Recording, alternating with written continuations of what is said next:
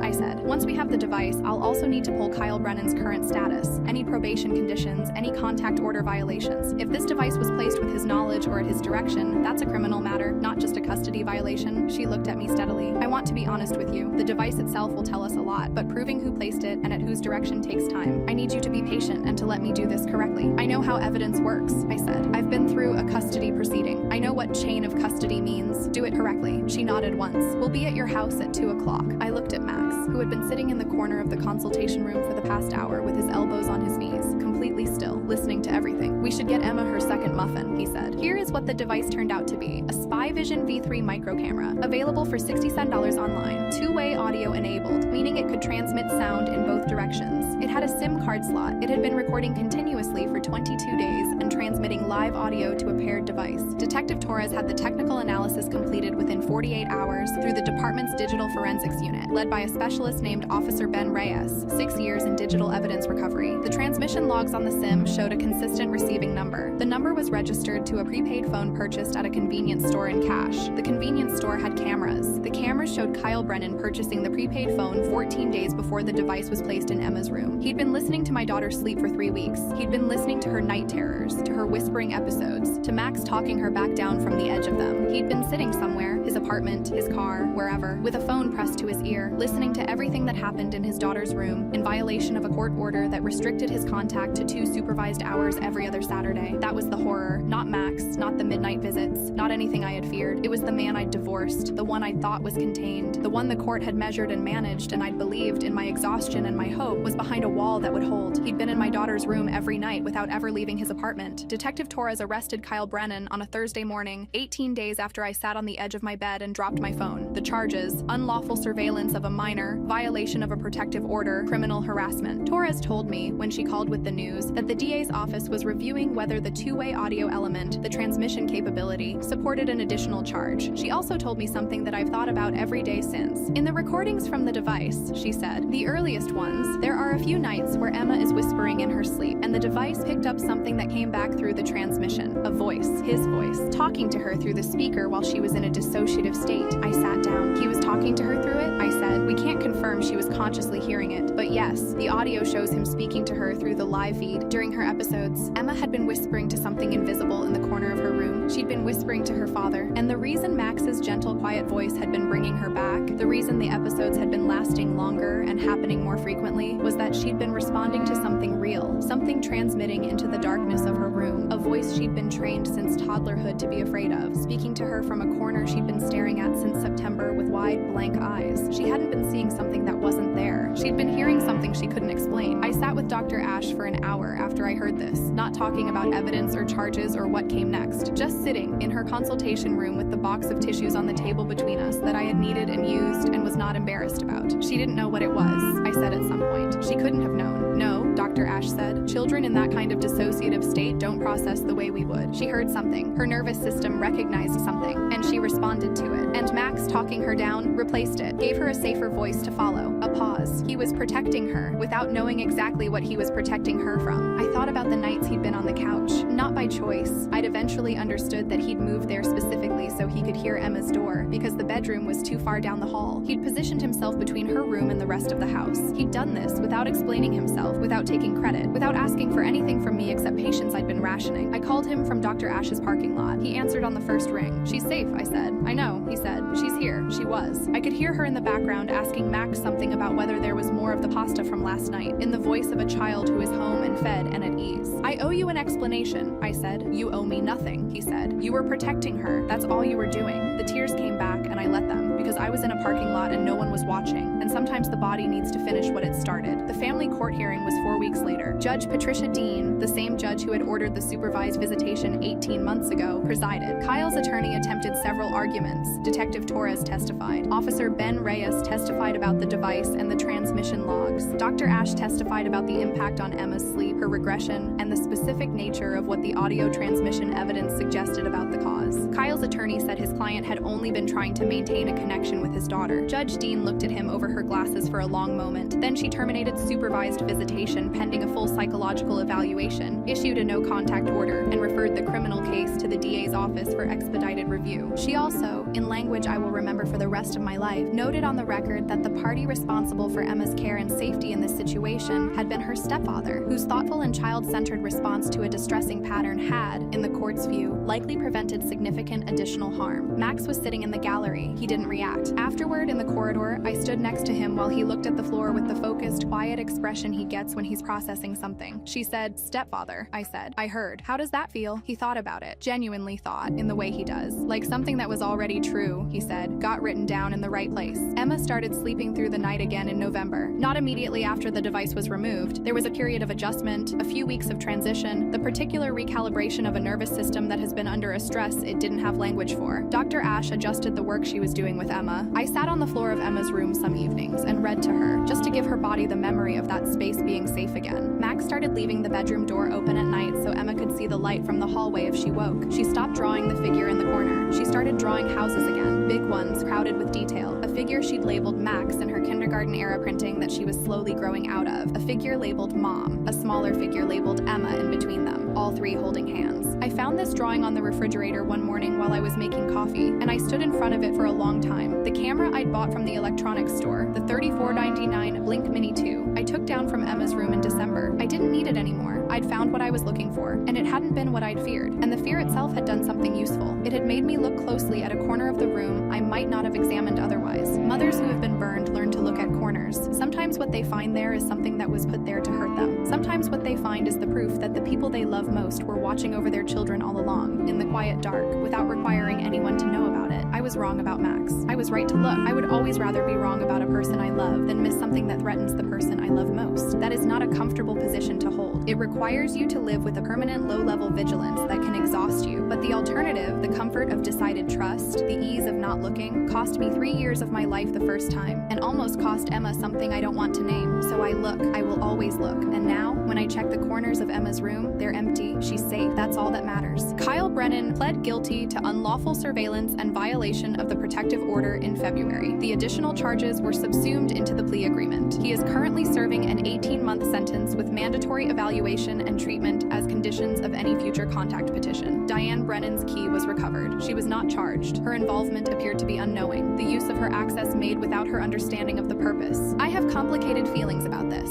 I am working through them with Dr. Ash. Emma's sessions with Dr. Ash are now monthly. She has 2 close friends at school. She slept 11 hours last Saturday and woke up asking for pancakes, with the focused, pleased energy of a child who has no interest in yesterday. Max started teaching her to identify structural elements in buildings when they're out walking. She points at things now, load-bearing walls, arch supports, the bones of things, and names them with the cheerful authority of a 7-year-old who has been given a secret vocabulary. Last week she pointed at our house from the driveway and said, "That one's well built." Max looked at me over her head. "Yeah," he said, "it is. If you made it to the end, you sat with me through the worst of it. You deserve to know. She's okay. We're okay. Hit like if you stayed. The corners are empty now."